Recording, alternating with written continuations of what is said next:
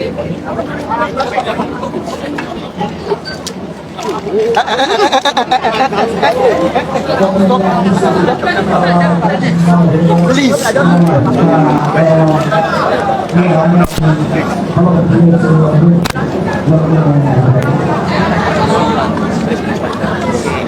Eid Mubarak. Eid Mubarak. Okay, Nigerians are waiting to hear from you on this special.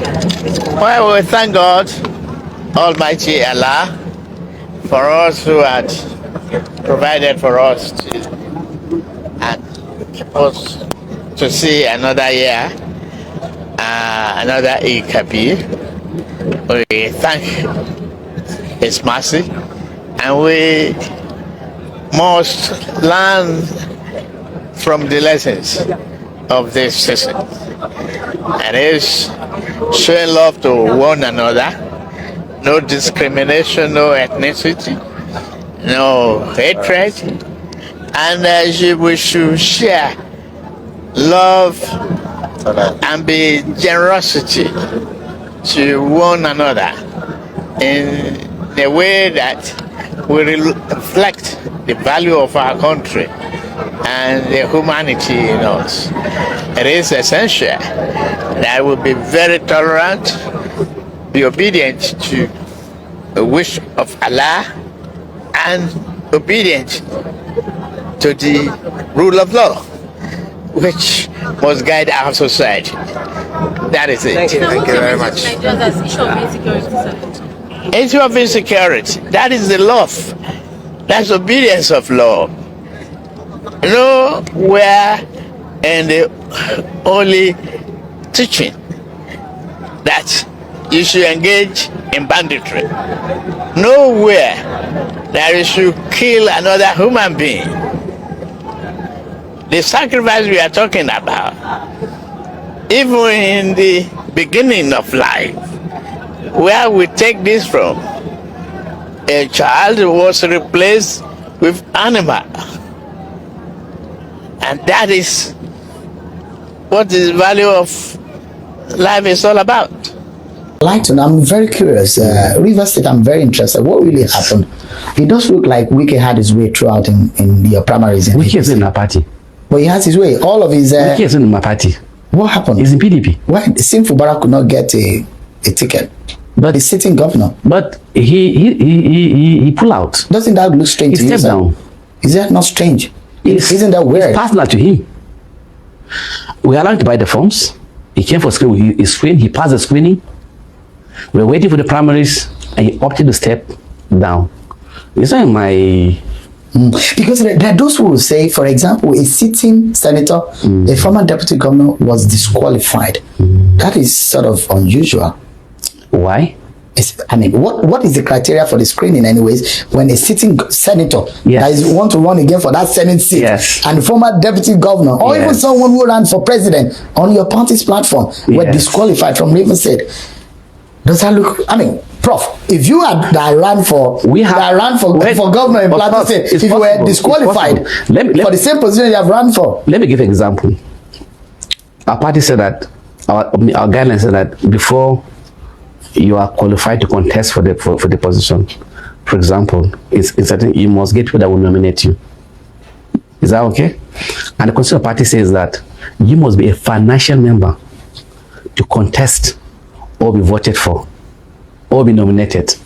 Now, if you have somebody who has not paid his dues, he has no proof of paying or being a financial member, you stand disqualified, because you must be a financial member of the party based on the constitution of the party. Is that the reason why they were disqualified? For some. And then, we said that for you to be nominated, to nominate somebody, you must be a financial member. And you must be a member of APC.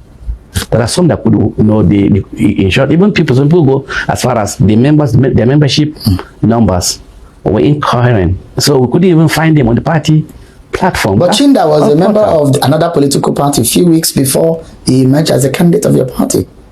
But he defected.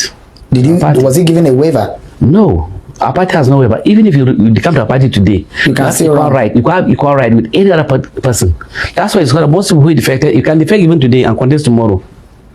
Doesn't matter. in our party, provided we are registered. And they came from the rear and they overtook those who have been building the Tien Jack Rich, the Senator Banigo, Ipalibo, and all of those people were literally wiped out of existence in the party they built over the years. Let me just tell you, Sheun, I joined the APC in 2022, January. By May, I was candidate of the APC on the plateau.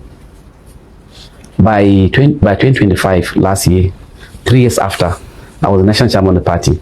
3 years after. The people who have been there from 2013 till death. Does it mean that I'm not qualified to be the chairman of the party? Because I just spent 3 years in the party?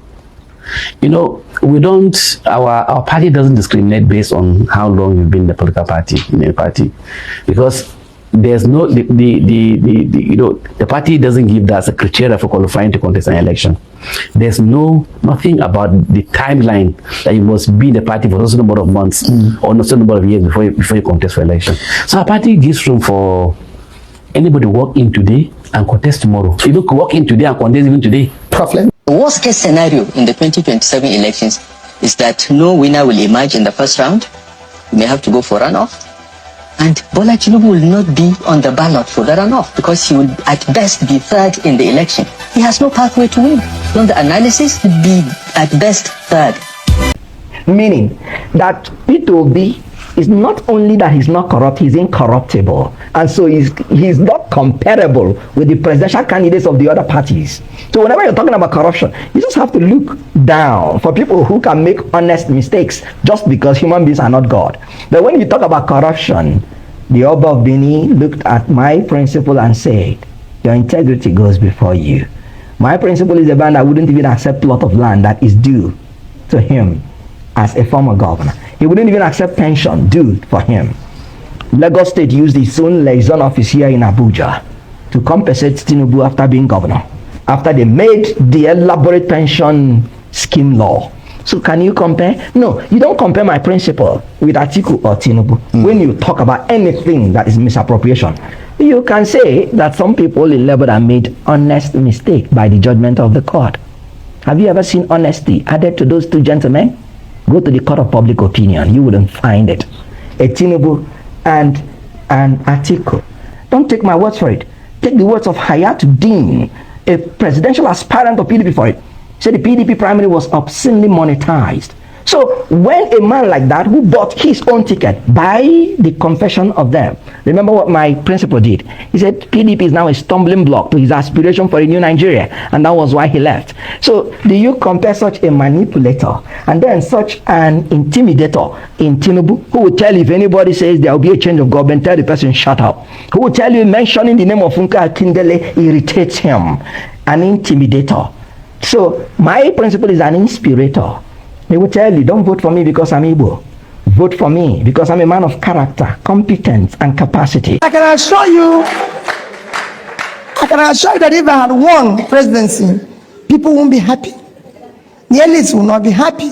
That's why they ganged up, because they know what will have happened and everything. People were not happy. So it wasn't about people's happiness. I get warned, and I say it every day. I get warned when people tell me. And when I became governor, I used to quarrel with people who were not happy with me. If you know that the elites in Anambra, even till today, are not happy with me. And it's not that I know it, because I go to see a president then who tells me, Peter, nobody's happy with you. And I say, Mr. President, I didn't promise people happiness. I promised to fix school.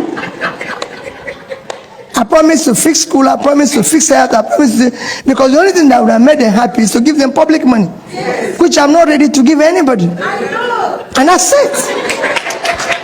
You know, so anybody that rigs this election will rig out his life.